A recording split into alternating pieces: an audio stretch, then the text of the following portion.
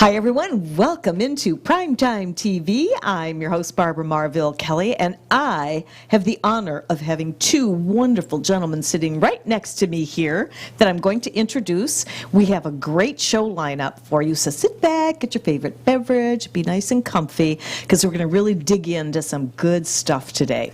So, to my left is my husband and partner in crime, Dennis Kelly. Hello again. Hello, sweetheart. We were just here. How about that? I know. And somebody else who feels like we were just here is Rob Imperato. Welcome back again. Always wonderful, Barbara. It's wonderful to see you. It's wonderful to see you, too. And we've talked from time to time, but I think it was back in 2018 when you came on board and we were kind of catching up with each other, catching up with you folks out there in TV land, and sharing some of the things that are going on in the world today, which is what we do pretty much on a regular basis. So it's an honor that he sent me a text and said, hey, you know, how are you? And I go, you want to do a show? Right? That's true. Sure. That's true. Well, you know, I get excited when we have knowledgeable people. You're a certified life coach, empowering coach, and my husband is as well. I am as well. I like to think I'm empowering because I love that word, because we know what it means when we empower ourselves. And there's such a need for it today. And what I posted on Facebook was really how we can bring it home, give a few little things that might make a difference in your life out there, or maybe someone you know of.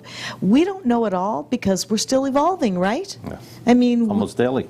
It is almost daily, like the digital age. You know, you hear me talk about the digital age. You know how I'm so madly in love with it. Well, I'll tell you, since I met this gentleman over here, he wrote The Digital Age and how it's affecting parents and kids.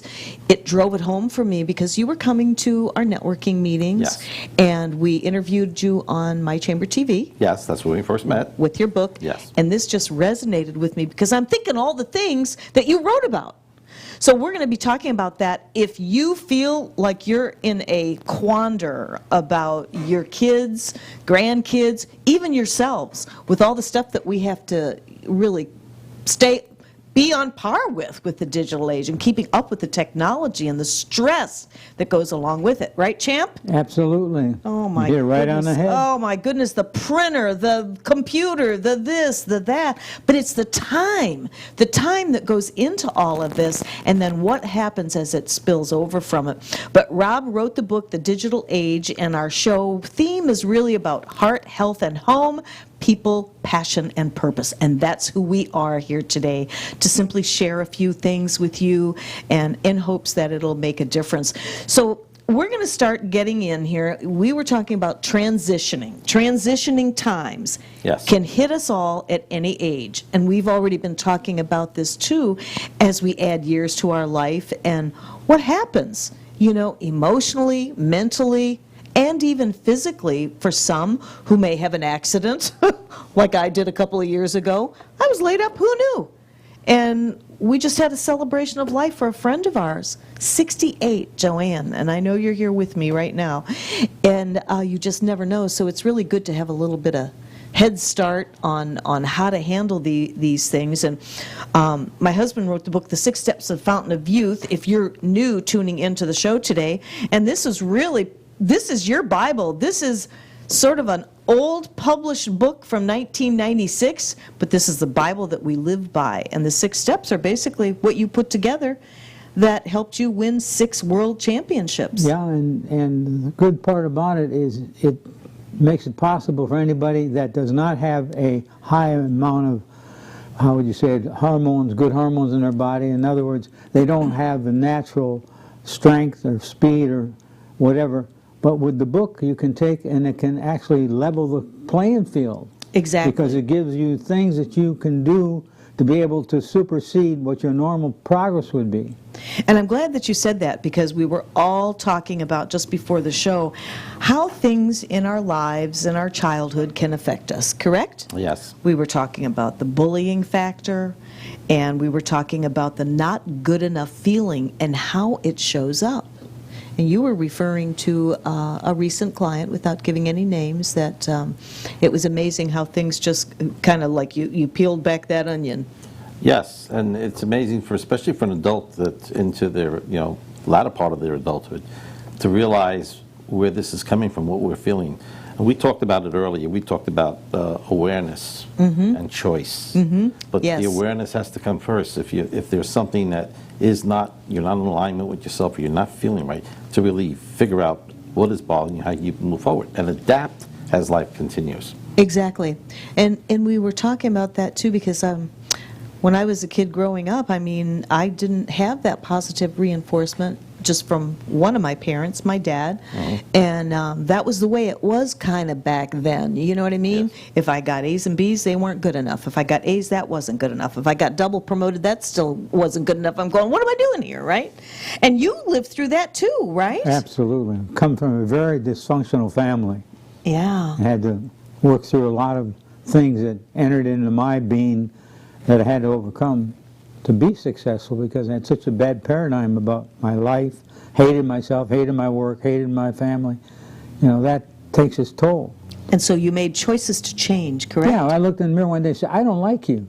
I'm tired of this feeling sorry for myself. That's when I made a big decision. And you joined the martial arts school? Yeah, I sure did. I was way overweight, and that was the other reason for joining. Plus the Marines got beat up by a couple of Marines, as I was telling you the last time we were here. And I thought to myself, I need a change. And I took that fork in the road. And the life has changed. Now I'm able to take the principles that made me successful in my business and my martial arts and pass that information on to somebody else that probably may be even worse than I was. Exactly. And taking all of our stories here, it's no different than in the world today, correct?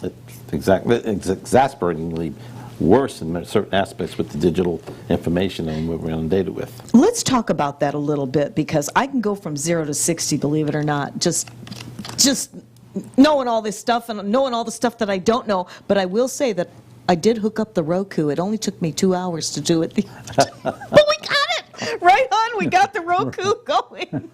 A major accomplishment. It really was. So anyway, watch out, cable. Cut. So let's talk. What made you write this digital age? I started out as a life coach after my own medical transition from where I was a corporate director. And finding myself with what do I do now? Yes. My title and label and company Yes. car, et cetera, was gone. So really to search within myself was difficult, and I decided to go to an evening class at one of the local colleges, and a life coach was giving the course, and it just hit me. Thank goodness, that is who I am. And it just was like that lightning bolt you hear about. Yeah, the aha moment. Yeah, there was an aha I moment. get it. But as I started to coach, and I was mainly doing transition, I started to meet parents of all ages, which really surprised me.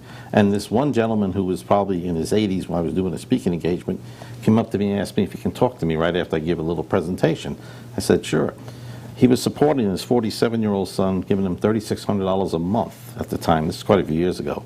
And didn't know how to stop it because he can't retire if he continues to pay for his son. And that dependency from both sides, I think he felt he had to be needed, and the son just wouldn't live on his own. So when I started to realize how big this was, the sense of entitlement, it really attracted me, and I started to research more, dealing with parents and talking to the children, and that's how I came up with the book. I said, I got to get this word out from the way I see it. And I think that, and I'm in the process of writing my book, Life Empowered, Life Mastered, Thy Will Be Done, and I can't seem to finish because I keep adding to it. Adding to it. And as we do add years to our lives, it doesn't matter what age we are, we're transitioning. I mean, my husband and I are in our 70s and 80s, and we don't think about what we can't do, but we concentrate on what we can do.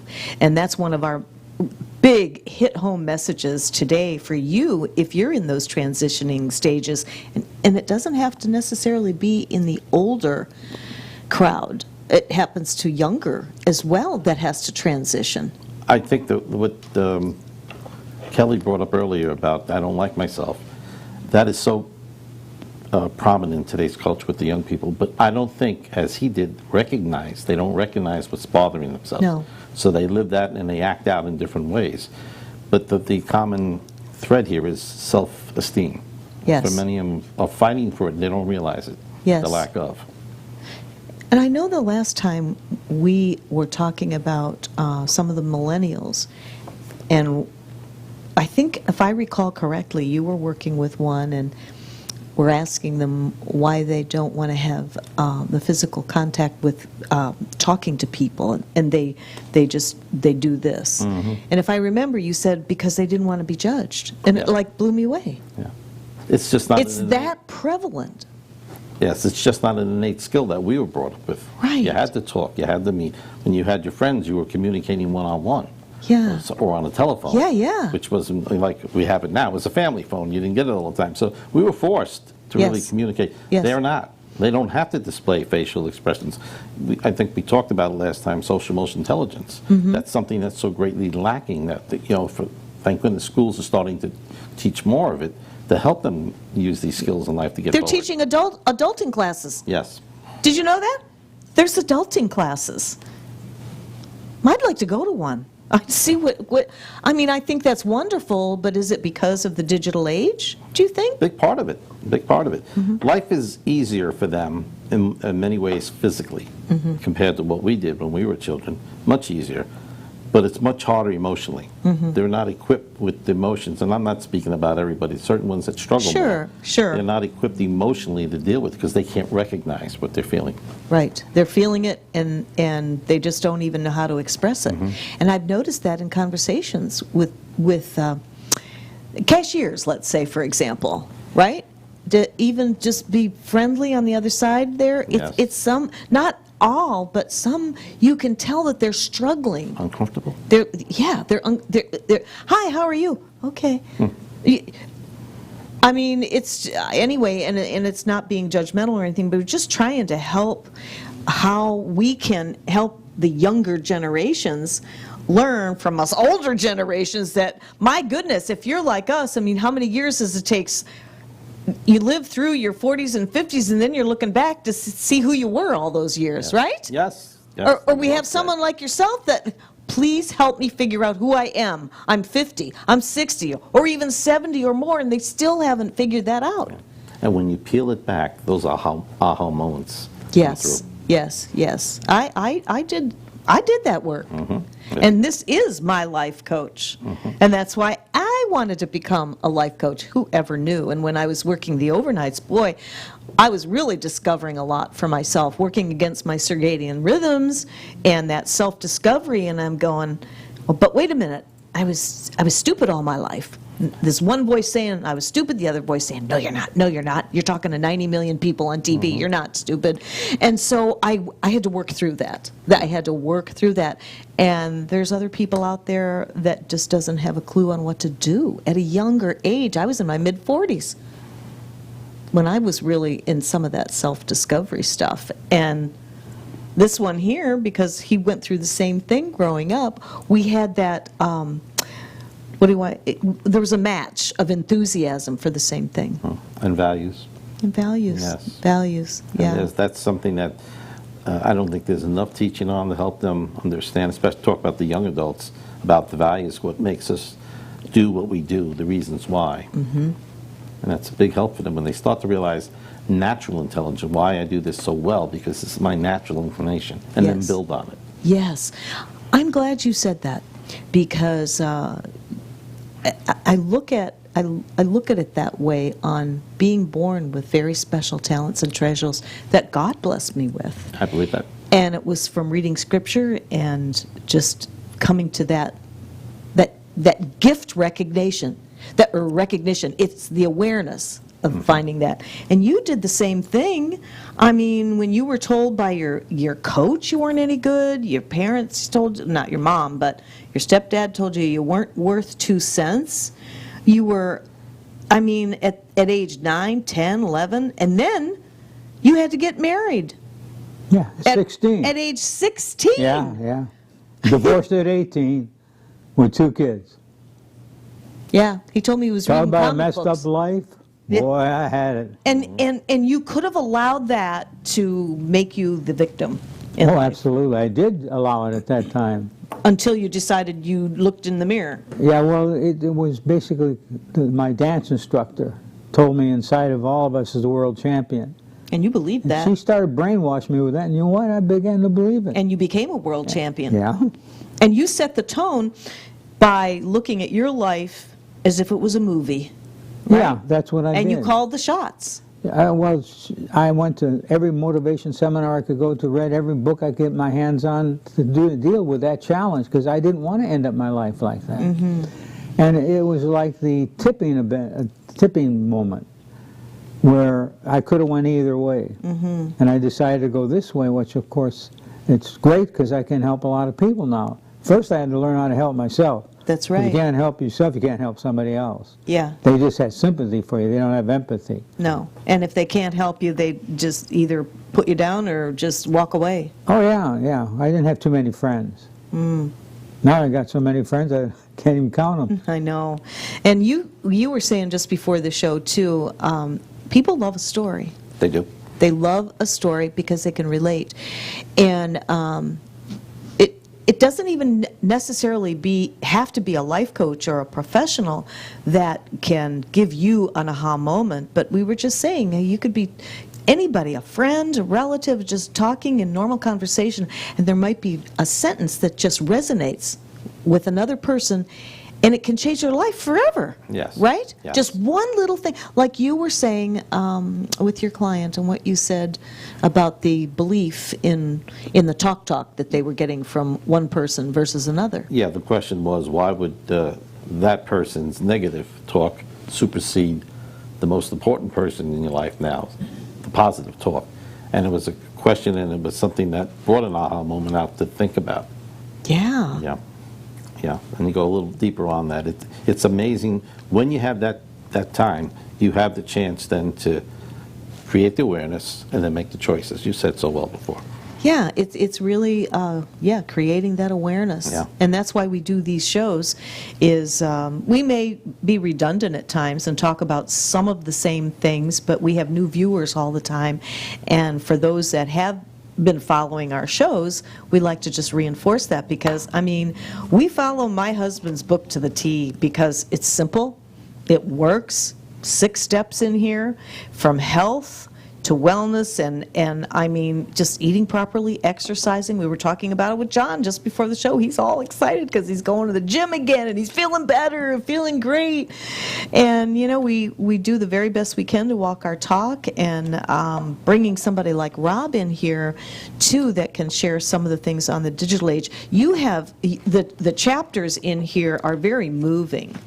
I just want to go through some of these, because Insight is a big deal. I just picked that. I want you to just expand a little bit on insight. I think when we give the opportunity, we all have the knowledge and the awareness. I'm going to maybe give an example of parenting.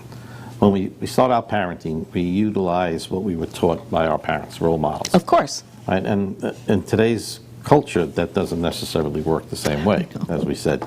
So stopping to think and have insights into seeing that child for the person they are. And that's when I use that iceberg philosophy. 10 to 15% is what you see. The 85 to 90% we don't see. That's the whole person. And if a parent really steps back to look at that person and start to look at those skills, then you can motivate them and inspire that child to be the best that they can. You just can't tell them. Mm-hmm. You have to identify things that they're doing well. Mm-hmm. And that's something that as parents, with all due rights and respect, some parents are, doing a couple of jobs, maybe Yeah. they're going to school, and some of these things slip through the cracks as far as, identifying those things. Always with great intention, and that's just it. Yes. They're trying so Yes. hard. Yes. But it's that stepping back and looking a little from a different angle. That's where coaching comes in. It helps you look That's at it from a right. different perspective. That's right. The digital age affects, in fact, on the front of the book, the digital age, the real challenges and effects on children and parents. Our children do deserve to be happy, but from the core, not from the store. I remember when I came up with that, I was driving in the car, and I guess that's when I'm at my most creative, and I came up with the core values I was working on, very determined.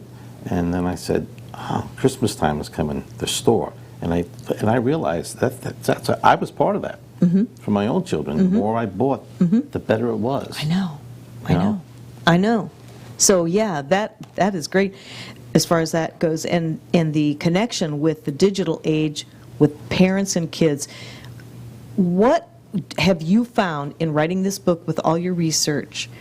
The digital age, because let's see, how long has it been here, the digital age that we've been dealing with? A good little while, and it changes daily with the technology. The 90s is where it really started to come to fruition, and of course 2000 when the millennial hit, and then we created the millennials, and et cetera, et cetera. But it is big, and it has become the forefront. I mean, I could have never imagined what a computer would look like today No, compared to back when I was a kid. well, I couldn't either. In fact, when I heard that you would be able to have a telephone conversation like with the FaceTime, Yes. Are you kidding me? I said, not in our lifetime. And here it is. Here it is.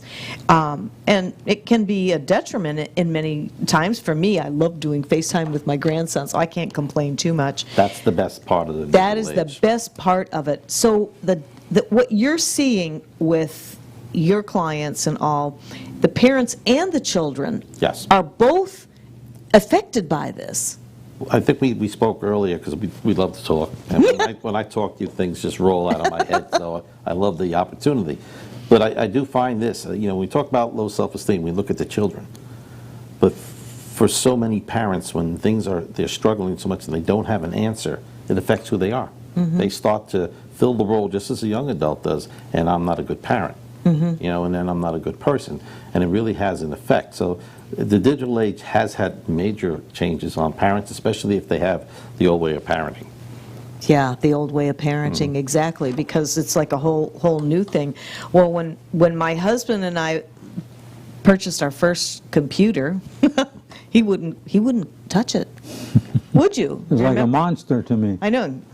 Didn't want anything to do with it, but you were in the process of writing your instructional manuals for our master trainers and your book content. I had to give in to it. He had to give in to it because you do have the positivity side of that. And I guess basically we just need to find the balance, right? Yep. The balance. And you do, and you're very, very good on the computer now and all of that.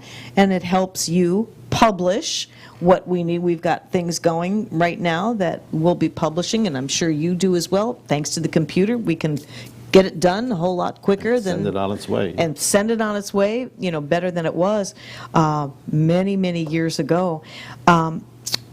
We talk about Heart Math Institute, and you have that all in your book, and this is what we do on a regular basis, and that's really following your own map, which we call the Master Action Plan, and using your own emotional compass. And I want both of you guys to chime in here because your emotional compass will help you with your EQ, your emotional intelligence, right? Yes. It's like that inner weather report, right, hon? Absolutely. So talk a little bit about that, the emotional IQ and how to get a better weather report on what's going on inside by living a heart-empowered life. Well, first of all, you have to really have a good self-image. Yep. And whatever you have to do to build that self-image. Dr. Maxwell Maltz wrote a great book called Psychocybernetics. And he was a surgeon, and he ended up becoming a psychologist because he saw when people, he was a what do you call it, surgeon? anyway, he was into making people look younger. And he noticed that some people changed when they had the surgery, the facelift and so on. Plastic surgeon. That's what I want, plastic surgery. That's okay.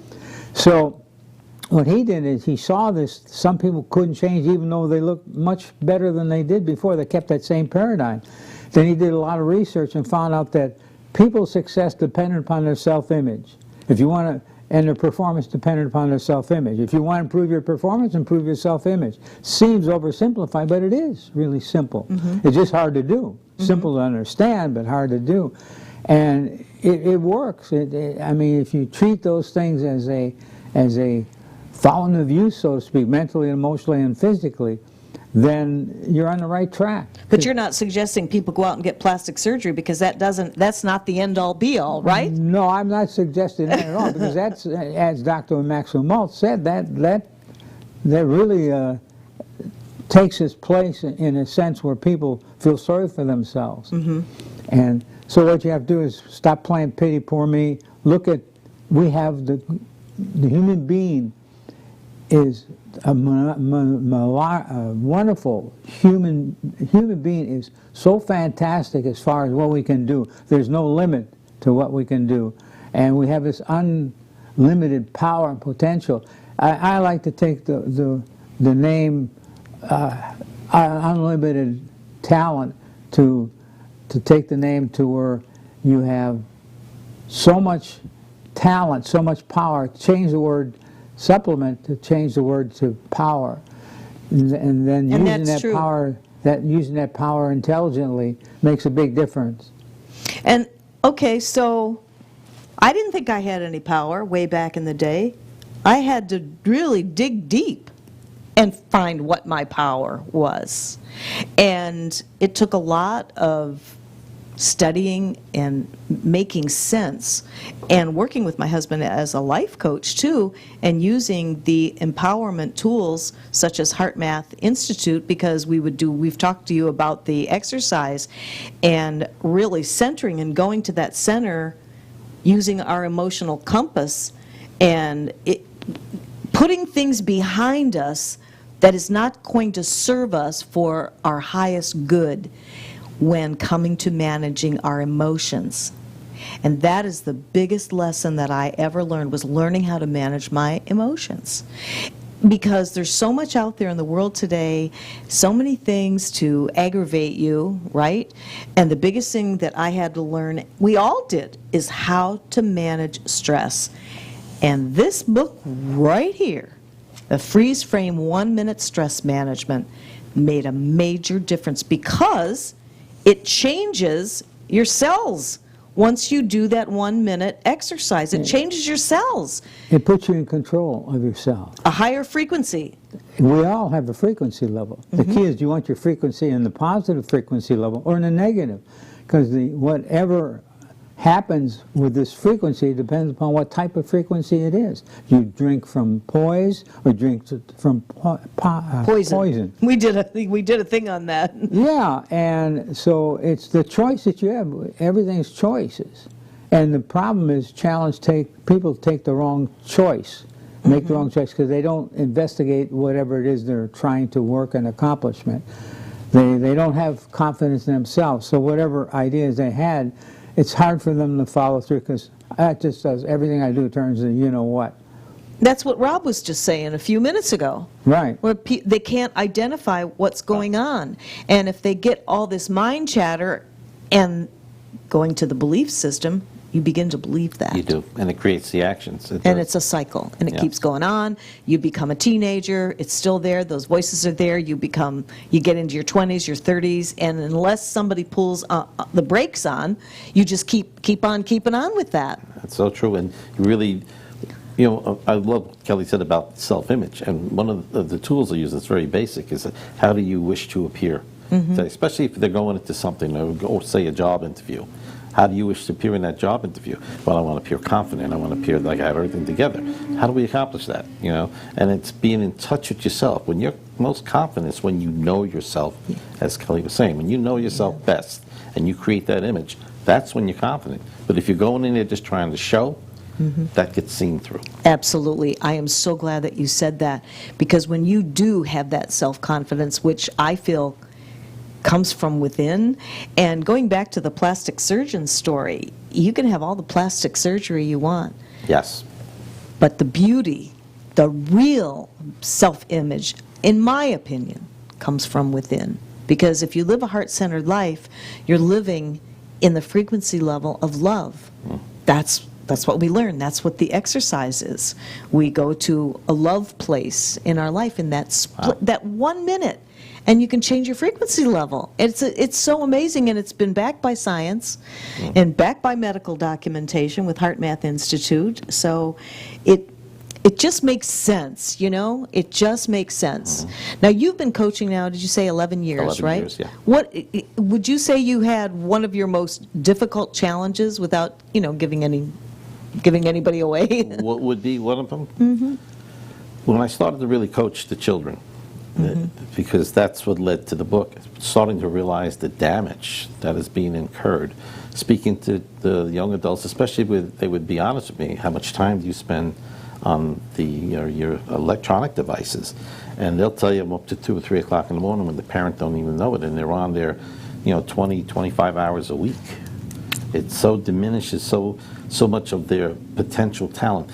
What really worried me most is it's diminishing their ability to dream, to see Yes. things even greater. Yes, you're right about that, and that's important. You were talking about how you're dreaming deeper and in color and all of that. That's healthy. That's what we're supposed to be doing. So if the kids are up in the middle of the night, the parents are sleeping, and they're ruining their circadian rhythms at that age. Yeah, it's being dictated to, and that's what they see. That's when the social skills never appear because they're too young, or if they have them, they start to disappear. Wow. Well, I heard there was something about digital dementia. Yes, I've read something about that as well. Did you too? Yeah, and that's everything we talk about, the outcome on how much it's taken. Yes, yes. That was really scary. Yeah, I mean, there's a label for everything nowadays, but Right. I think that's on the money. That really takes the cake. So that's why you wrote this book, because you saw what was happening with the kids. Yeah, with the bullying, and we were, as the adults, and talking to the parents, starting to see the pattern that they were bullied, and how they perceive themselves, and how they're afraid for their children, or they're fearful for their children to step out of their comfort zone because Yes. they won't. Yes.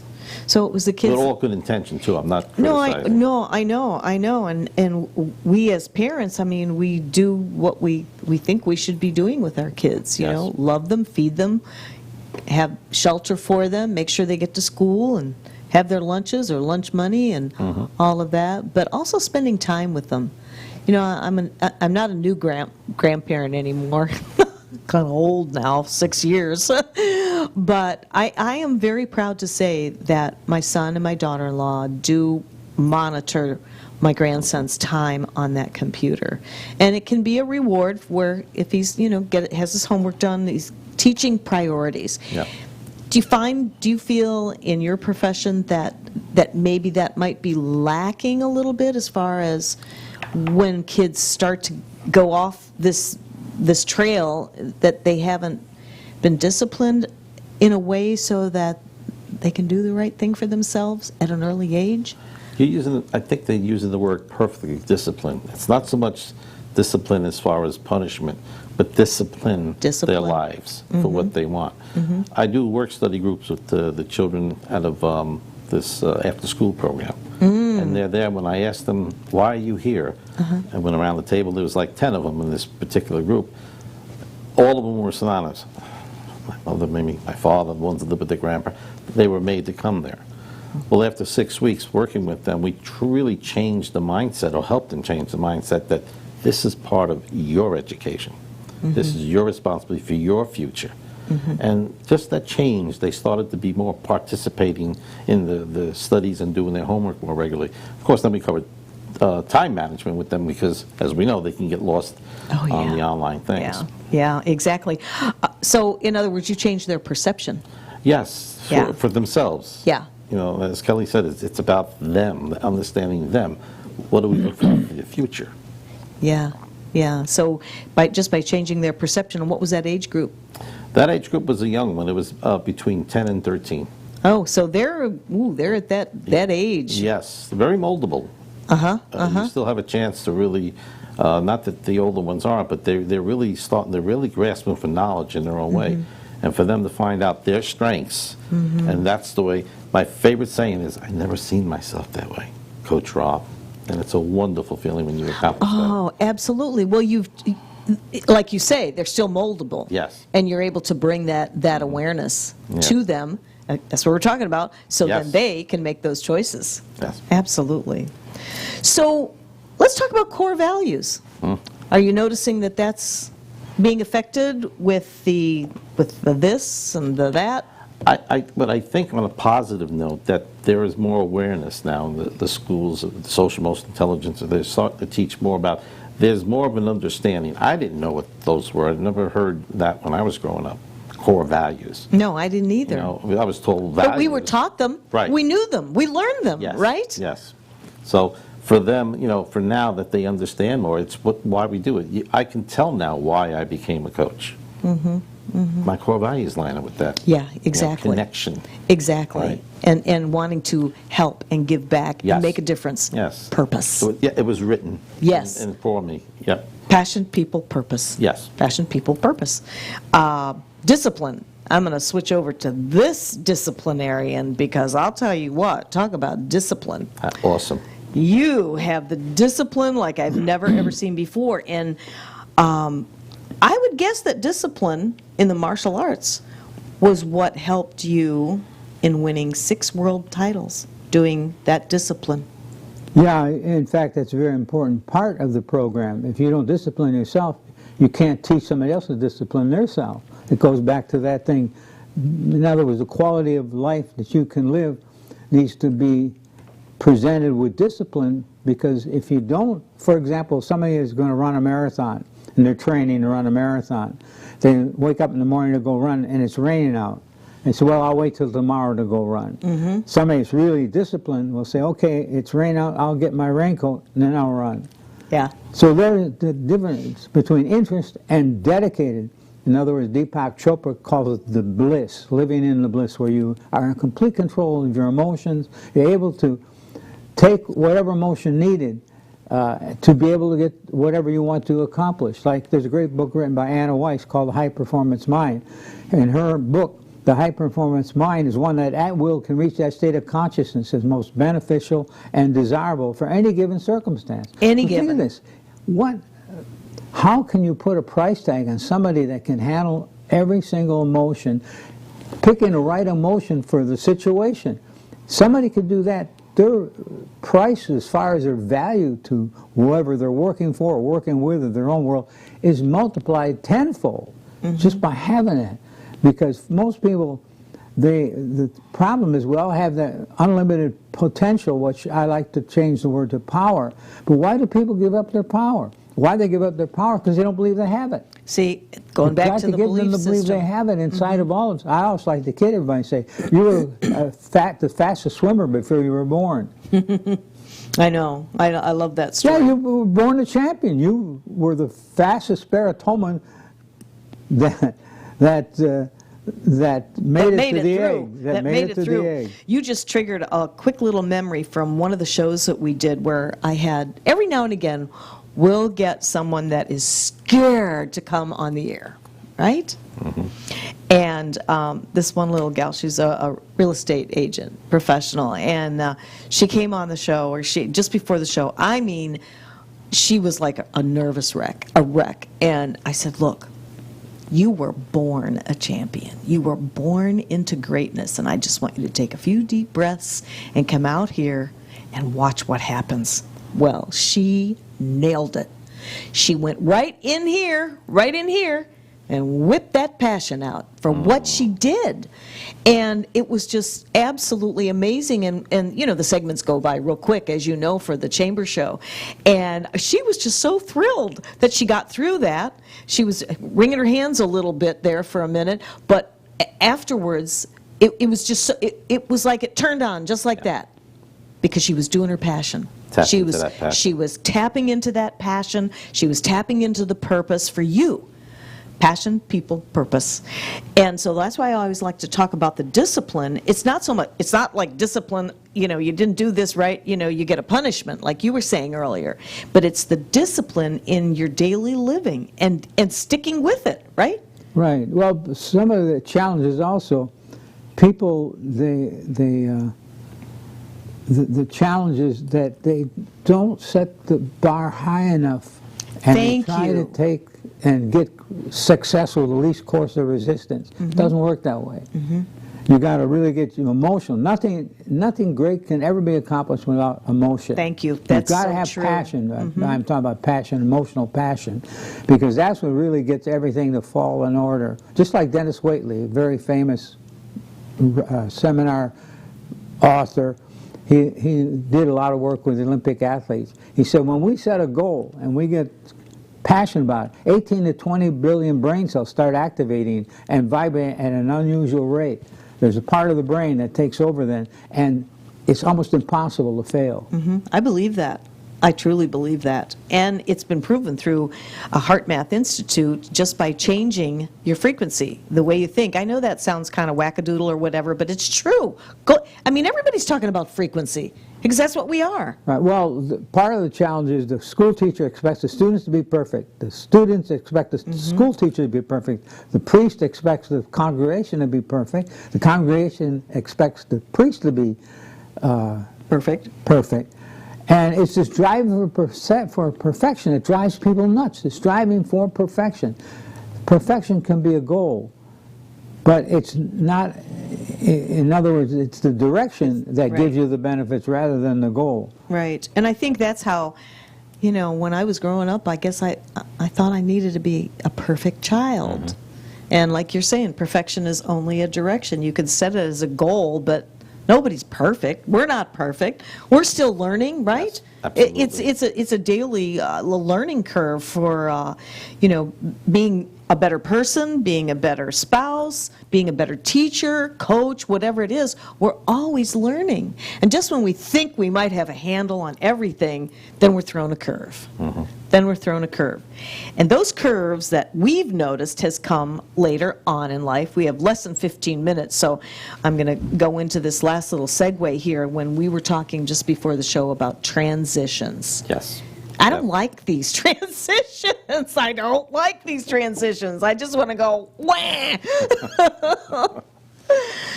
But they're a fact of life. They are, and when we talk about transitions, and when I speak to people and they ask me about it, they think immediately, well, transition from marriage to divorce, or from losing a job to getting a new one, or medical situation, or bereavement, and those are. Yes, But they are. transitions in life, it's if you see things differently, if you can adapt yourself. A great example, and I'll be brief on this, is when they talked about a basketball player as he ends the last part of his career. Sure. He doesn't have the same energy nor ability to jump or whatever, so he's got to transition the way he plays, maybe more mindfulness, more passing, or whatever the game may be, but that's a transition. And we talk about another one that's huge is the parenting. Well, that comes from, of course, the book, what I'm talking about, but transitioning to parenting, what does that specific child need Yes. compared to the other one? You may have two children, completely different. I know mine are, whereas one is more effective talking one way and less effective to the other one, but that is, they need the same rules, but Yeah. how we communicate, how we deal with them is an individual thing. So transitioning in life is seeing things from a different perspective and Yes. given the opportunity to bridge the gap. Okay, hold that thought, will. because that's very good. So as we transition, we need to be doing something earlier on to get that emotional compass moving, Yes. right? So that when we face those transitions, I won't be going, wah, wah, wah. But, things happen and you just don't know. Tomorrow is not promised. We don't know that we're going to take a fall, or you're going to have a medical challenge, right? And we were talking in depth just before actually hours ago, about that so life happens. My husband was diagnosed with Parkinson's disease. You think he's accepting that? He's not even taking ownership of that, right? Right. Or the melanoma with the cancer thing, right? I mean, we had a choice, and when you had that diagnosis with the Parkinson's thingy, we would delve into, well, what can we do Yeah. to make a difference? Opportunity. And we did. And he said, God, why me? And right away he said, God, why not me? I do all these things, but okay. Okay, I accept this. We're going to move forward, and I will help a lot of people when I overcome this. And that was about, what, hon, 6, 7 years Yeah. ago? The doctor said I'm probably going to have to get a different profession. I'm still doing it. So much for that. He came out of retirement at age 78 and took his 6th world title. Now, do you think that was discipline? Yes, you're right. It was a lot of discipline and working a little extra harder, right? Right. Well, the thing is, it wasn't a self-serving thing. I've done the self-serving bit for many years ago Right. to satisfy my quest for being positive and successful. But it was the fact that now I have a platform that I can get people to listen, because if I've accomplished this with Parkinson's disease, think of what they can accomplish without it. Or if you do happen to get Parkinson's or fibromyalgia or any of those things, that you can take, that's not a death sentence. That's you right. You can take and work your way out of it. And at least, even if you can't, you can have the quality of your life, at least improve it to the point where you can exist without professional help, basically speaking. And in cases where we can't, like a coach, we can't really claim to make anybody cured of whatever, but we can give them the hope that they can do it. If they do these certain things, chances are they will be able to accomplish what they want. Problem is, people stop learning at 25 years of age. They bury them at 35 years of age.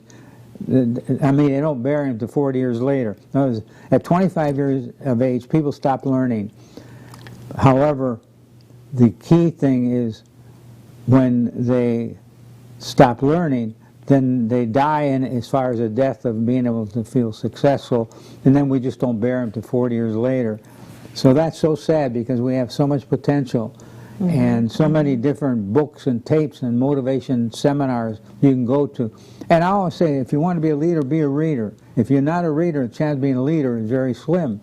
The more books you can read on self-success, and the more things you can do to support that, that gives you like having a whole army of things working together to make your life better, at least for the years that we're here.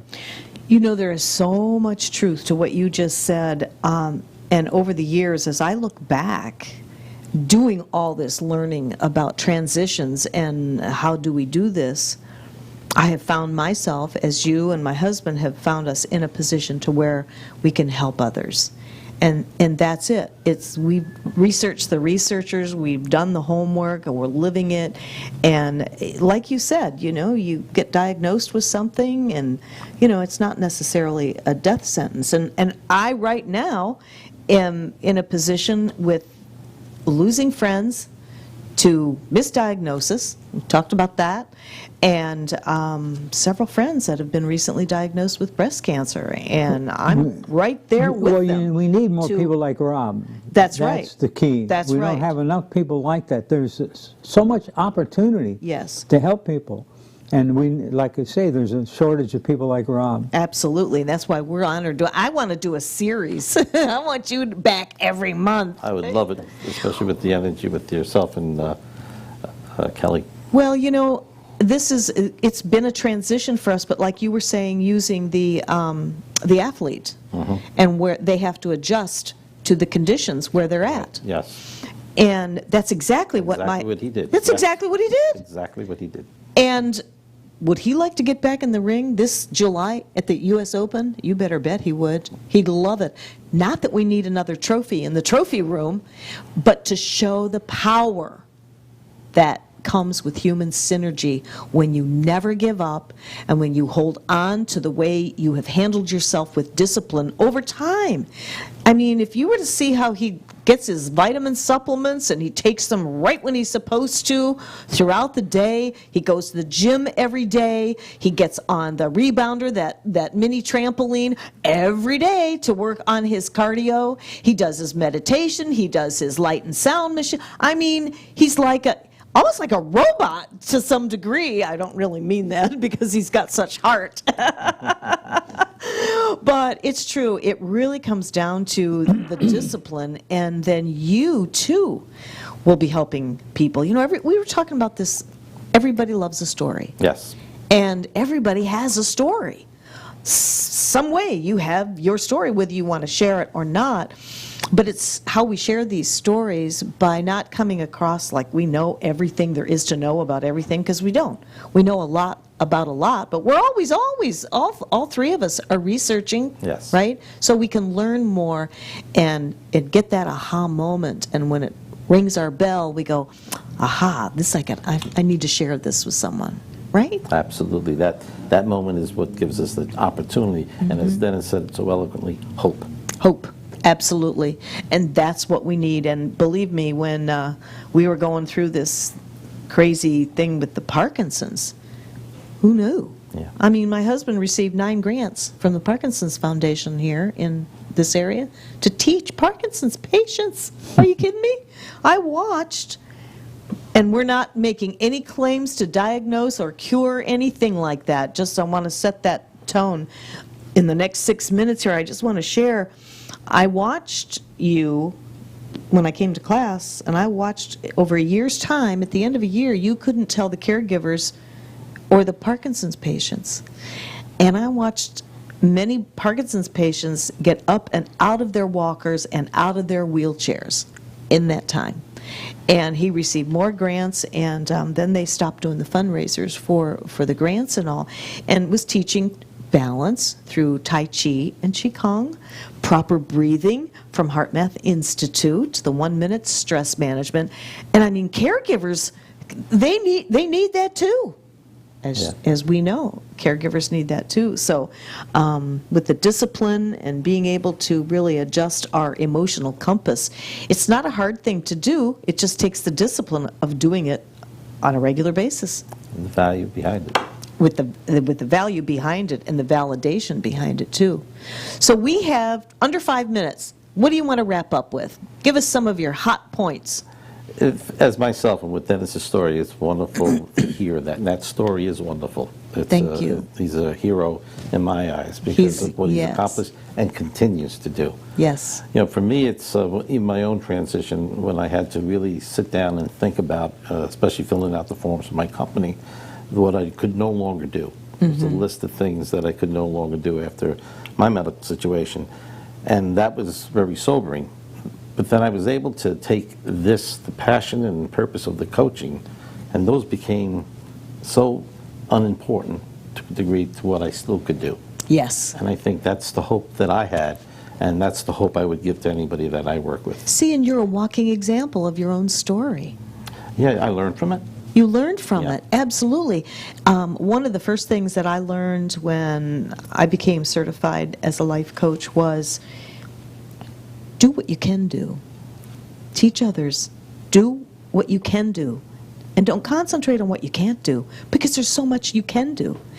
You know, you see on the news and you hear stories about paraplegics. They can't move, they can't walk, they can't run, but they have their heart, they have their mind, and they're doing amazing things, right? And Rob that was such a wonderful compliment to my husband, and he really does walk his talk. He's humble, and he just never wavers at all. No. And that is the discipline that we're talking about. And when things happen, regardless of what it is, it could be, he always finds something to glean from an event that happens in our lives. Just like when he was diagnosed with the crazy Parkinson's stuff. You know, when I overcome this, and I will, I'm going to share with other people. And if they can only pull one thing from it, then I know I will have succeeded. I'm going to turn this over to you. We have less than 3 minutes. How fast can you talk? Pretty fast. Okay, go. Well, I feel that one of the most important things is having an objective to work towards. Most people don't have an objective, so they don't have any passion. They just go from day to day hoping to make it to the next day. And it's so sad because, as I said, that we have this phenomenal potential, which I call power. And if we just realize, in other words, the key thing is to build up a strong belief system. Well, if you want to accomplish a goal, what do I need to believe? I need to believe I can do it. I need to believe that it's going to take a lot of work. I need to believe that it's going to be beneficial for me and everybody else. So it's building up the belief system. And then, of course, that changes your attitude, will change your aptitude. It's like a circle. In other words, you have the program, then you have the belief, then you have the attitude from that belief, then you have the feeling that you get from the transition, the action you get is much more beneficial, and then it starts all over, it changes the program on an uphill spiral rather than a downhill spiral. Because the average person well, 77% of the population, according to research, are negative for survival. That's the way our Paleolithic ancestors, they did that for survival, but we have not graduated mentally or emotionally to the degree that we do intellectually. So we're a group of individuals worldwide that have this tremendous mental ability, but we have not progressed enough emotionally.